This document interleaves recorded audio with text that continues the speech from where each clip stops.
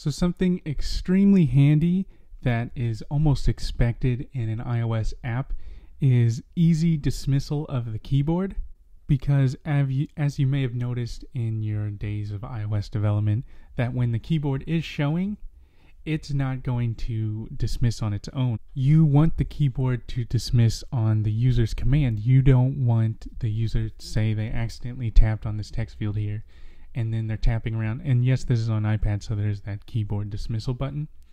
But what if we're on an iPhone, they accidentally tap a text field and it covers up some content under the screen because you haven't made sure to animate that important content that would get hidden by the keyboard to dodge out of the way. And out of all of that, the user can't get the keyboard to disappear unless they just reopen the view or go back or something. Then they might lose the progress that they already have filling out your other text fields. I think this is just a really important thing to have, and it's so easy to set up. It's basically you can copy and paste it and drop it into any view controller, and it should work however you want. You might have to work with it a little bit if you are monitoring the editing properties of a view or view controller. But in most cases, for me, it works perfectly, and let's go over it now. All it is a method with 2 lines in it, and really only 1 line that's actually doing anything. So in the class of UI Responder, which is the superclass of UI View and UI View Controller, there's this method called touchesBegan. And this method is basically called anytime a view or view controller is tapped, swiped, swirled, anything, any interaction with this view. This method is called, and it passes along the actual touch or touches that are included that triggered that event, and then it passes a UI event along with that. And these properties we aren't actually using in this journey to hide the keyboard whenever we want. So we're just going to pass on this event call to the super. So just in case the super class is doing anything with this method, we want to pass it on because we're not actually going to do much here.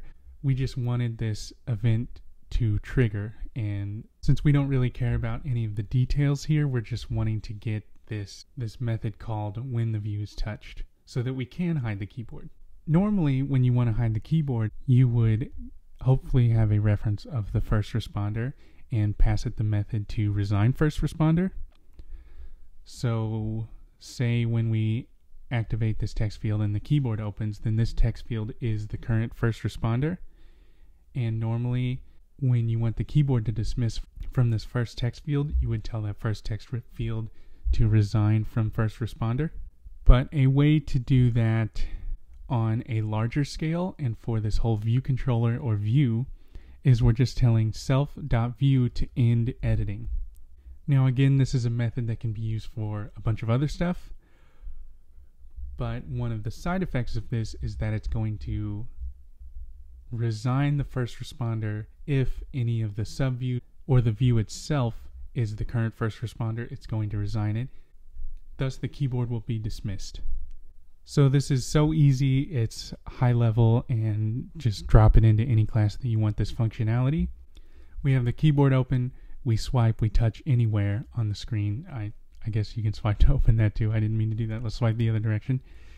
You do anything to trigger this touchesBegan function, and it will end the view's editing so that any of the first responders here are resigned and the keyboard dismisses.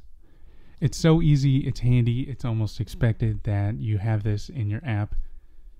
So in any of the screens that I have some inputs, such as the text field, or I think it's going on the Steppers view controller, we tap on this text field here, we can tap elsewhere, we can swipe elsewhere, we can slide elsewhere, do anything, swirl. That's my favorite UI gesture. And the keyboard disappears. Thanks for watching.